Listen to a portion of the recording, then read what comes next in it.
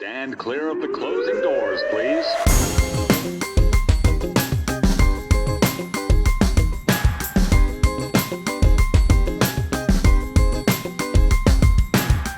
What up, son? What up? Louie Max. Grind&Pivot presents Holiday Gigs. Season's greetings. In this episode, Grind&Pivot explores holiday gigs. Not so long ago, against all odds, we were chosen to be one of the chosen for Broad City, Comedy Central's hilarious show, which starred Ilana Glazer and Abbi Jacobson. We were a Hasidic Jew. Before we went Hasidic, we visited the other side of the spectrum. For a Radio City Music Hall Christmas promotion, we were Santa Claus and wound up being featured in a newspaper photo. And yes, we got to work with the Rockettes. For more fun, first-hand stories, check out the book Man vs. Ball by John Hart, available on Amazon. Enjoy the stories. Let us know what you think in the comment section below. Stay safe, everyone. Peace.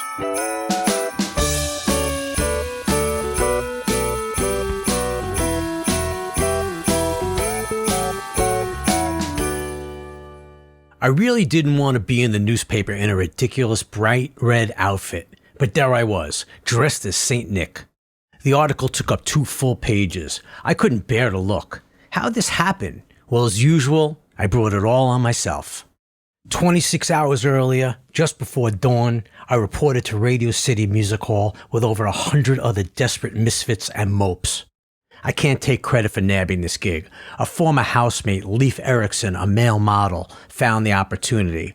I'm calling him Leif Erikson because he resembles a Viking. I mean, the man should wear horns. As a model, Leif has a considerable edge in getting hired. In general, employers want attractive people. It's the way it is. Leif asked me to apply because he wanted company. We emailed our photos and went through a very brief interview. Will you do it? Absolutely. And that's all it took. Alas, I was at the center of the Christmas experience. As a kid, I had Christmas, but not really. We put lights on the cactus, scarfed egg foo young from the carton, traded sarcastic barbs, and kvetched like nobody's business. There's no cheer here, my father once remarked. He was right. After our motley crew waited around for a bit on Radio City's sprawling, elegantly carpeted staircase, staff shuttled a few of us at a time behind makeshift partitions, where they gave each of us a costume, including fake beard. I placed the suit over my street clothes. A costume person checked me out, made some minor adjustments, and gave me the thumbs up. Soon after, we, 100+ Santas, lined up outside Radio City so the press could photograph us. Then we were directed to the lobby to loiter about as a few Rockettes were interviewed. We're just background for the cameras. I could handle that. On this fall day, though, it's quite humid and the suits are uncomfortably warm and the beards are itchy. I don't feel bad for myself. However, I feel awful for the Rockettes. They're so damn skinny. It doesn't look like they've eaten anything but celery sticks in months. I'm not sure how they can stand, much less perform line kicks. After the Rockettes are finished getting their moment, our motley herd of red board double-decker buses and are whisked around the block a few times. There's no destination. The Radio City staff just want us to be photographed on the bus. They get their shots. Yeah, I know. I was in at least one. It's a good one. A herd of Santas lining up on the second floor of a bus, you don't see that too often. After the bus trip to nowhere, it's back to Radio City's staircase, where we remove our suits and ventilate. There are some half-decent catered sandwiches.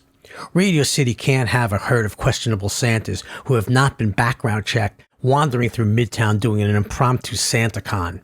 It's a PR mess waiting to happen. Not surprisingly, the Rockettes don't join us for sandwiches. As I indulge, I keep to myself. Leif Erikson, however, feels the need to make friends. Repeatedly, I've asked Leif to leave me out of his schmooze. Repeatedly, though, he ignores those requests. In particular, there's one angry Santa who wants to discuss the lawsuit he's bringing against a well-known broadcaster. I want to stay clear of this bad Santa. Leif, however, engages this clearly deranged individual and inserts me into his banter. My friend's a journalist, Leif tells him. He might be able to help you. Lawsuit man's eyes light up. He turns to me. I cringe. No, I'm not, I reply as I shoot Leif a 1,000-yard stare. He's just fooling around, I tell Lawsuit. Excuse me, I have to use the facilities. I hustle off away from Mr. Lawsuit and Leaf. Eventually, Leaf tracks me down and I scold him. After waiting for too long, we're broken into groups of a dozen or so.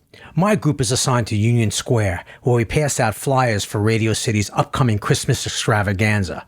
It's no big deal. I have plenty of experience approaching strangers and handing out pamphlets that are immediately discarded. Merry Christmas, I tell pedestrians. Ho, ho, ho. Happy Kwanzaa, one Santa tells black pedestrians. Some guys just can't do a simple gig. As we pass out flyers, some of the Santas joke about robbing a bank in their Santa suits. Everyone laughs, but one or two of these Santas seem as though they actually want to do it. No, you wouldn't want this crew coming over for Christmas or any other holiday. At 4 p.m. or so, the gig ends, and I'm happy to rid myself of my sweaty red suit. Someone, not me, will wear it again.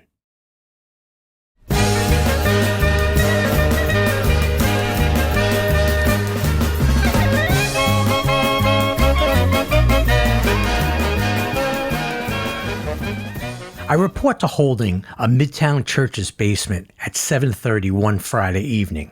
Broad City, the Comedy Central series, is shooting a subway scene and we're going through the night. Kathy, an Orange is the New Black extra, invites me to sit at her table. Immediately I regret accepting. Kathy is livid. She was laid off from her corporate job because she's too old and she claims that she's soon escaping to the Southwest. A few adjacent tables away, a handful of men in Hasidic attire sit and wait. They seem friendly but keep to themselves. In one of the evening scenes, I'm going to be one of them. Frankly, it's a stretch. With my light complexion, I resemble a German soldier more than a Hasid. However, I have black attire, including a peacoat, which is enough to earn me the nod. Casting tells me that wardrobe will supply me with an authentic Hasidic hat and facial hair. And voila, I'll be hardcore Hasid. Or close enough. After wardrobe approves my 3 outfits, including my Hasidic one, most of us are herded a few blocks away to the set, the shuttle train platform at Grand Central Station. My Hasidic brethren are not part of our herd, as the Hasidic scene is last. As we wait, extras talk about mock jury gigs and other random stuff. One skinny guy rants about how bread is evil. When we're finally placed, the second assistant director, the crew member in charge of background, directs me to mime conversation with a mature male businessman about the Yankees in the scene. It's an unlikely scenario. Small talk on a tense New York City subway is sparse. People keep to themselves, and I do just that. I stand and read. No one complains. In fact, the second is satisfied with my performance. When we're off set, the skinny guy rushes over to me. I wonder if he wants to conspire with me against the weed industry. Instead, he tells me that he's considering becoming a casting director. You look like you should place someone on a running team, he tells me before pausing. Or maybe you should be the coach. Which is it? I want a badger, but don't because I'm playing nice. The skinny guy rushes across the room to his next casting target. Everyone has his or her way of staying awake. Back in holding, one of the Hasidic guys enthusiastically talks about the Knicks and De Niro's enormous weight gain for Raging Bull. He seems like a pretty cool guy. With his convincing facial hair, he looks hardcore Hasid. However, I start to strongly suspect that maybe he and his brethren are not who they're pretending to be. After all, if you're truly Hasidic, aren't you supposed to be praying on Friday night? Before I can eavesdrop some more or ask questions, I'm ordered back to the set. But I'm there for only a few minutes before I'm ordered back to holding for dinner. I should be playing a yo-yo. I enjoy the walking, but Kathy is livid and gives the production assistant a vicious earful, declaring the production a disorganized disgrace. Memo to Kathy, this is Comedy Central, not Spielberg. Dinner is a disgrace. I scarf it anyway. I need to make it to daylight. It's midnight and there's a ways to go. In the back of the room, I change into my second outfit, but it's all for naught. I just happen to be sitting in the back of the train, the makeshift holding area, and the second doesn't select me. Instead of being in the scene, I sit in a subway car with my fellow unused extras, including 3 breakdancers who practice their moves. I should have tipped them a few bucks. As they shoot in another passenger car, the train rumbles back and forth. Unsurprisingly, it's impossible to nod off. After about 2 hours of this, I'm selected for the next sequence, with Broad City's 2 leads, Ilana Glazer and Abbi Jacobson. I'm impressed with them, but not starstruck. Earlier, Abbi was sitting casually in the back of the train and told me the second's name after I asked. In the scene, I exit through the turnstiles as Ilana and Abbi enter. Fortunately, this maneuver is in my wheelhouse. After this, just after 4 a.m., I return to the platform where the Hasidic herd is waiting. We've made it to the last scene of the night. Hallelujah! But I do not rejoice because I'm supposed to be in the scene and my black attire is 5 blocks away at the church. I want to scream, please wait! I'm supposed to be a Hasidic Jew! After quickly consulting with the second assistant, I run back to holding and frantically change. I genuinely want to do this scene, as this will be my one and only opportunity to play a Hasidic Jew. Unfortunately, wardrobe is gone for the night, so I have no Hasidic hat or facial hair. I'm just going to wing it and go with God. Fortunately, I return just in time and enter the subway with my Hasidic brethren. In such close proximity, I can make out their fake facial hair, and I have this not-so-startling revelation. These guys are not Hasidic, not one iota. They just play Hasidic for television. They were probably on the Netflix miniseries Unorthodox. Some play Santa, others play Hasid. Perhaps some do both. We do a run-through with the director, who's wearing a sleeveless t-shirt which shows off the periphery of her bra. Hey, I didn't create that style. I just report on it. When the principals appear, we're supposed to part like the Red Sea, which is in the script, as Abbi and Ilana walk by us. We nail the rehearsal, and we're just about to shoot. I'm psyched. Perhaps after this, I'll get the nod for a role in the remake of Fiddler on the Roof. For the first time all night, I felt a glimmer of hope. But it vanishes. A moment before we start rolling, the director points to me and orders me off the train. She tells me what I knew all along. I don't look Hasidic. When I return to holding, Kathy is sitting alone, speechless, more miserable than ever. She still has another 2 hours to wait until her train leaves. I feel bad for her. The night beat her after she was already beaten. It almost beat me too.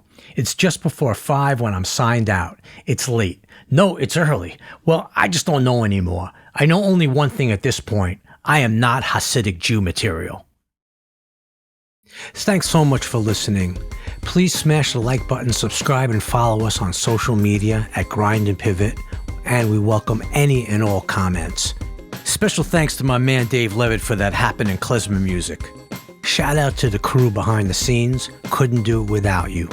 Dorothy Goldstein, John Hart, Ian Lidovich, Russ McMahon, and Spur Digital Media. Stay safe, stay well. Peace.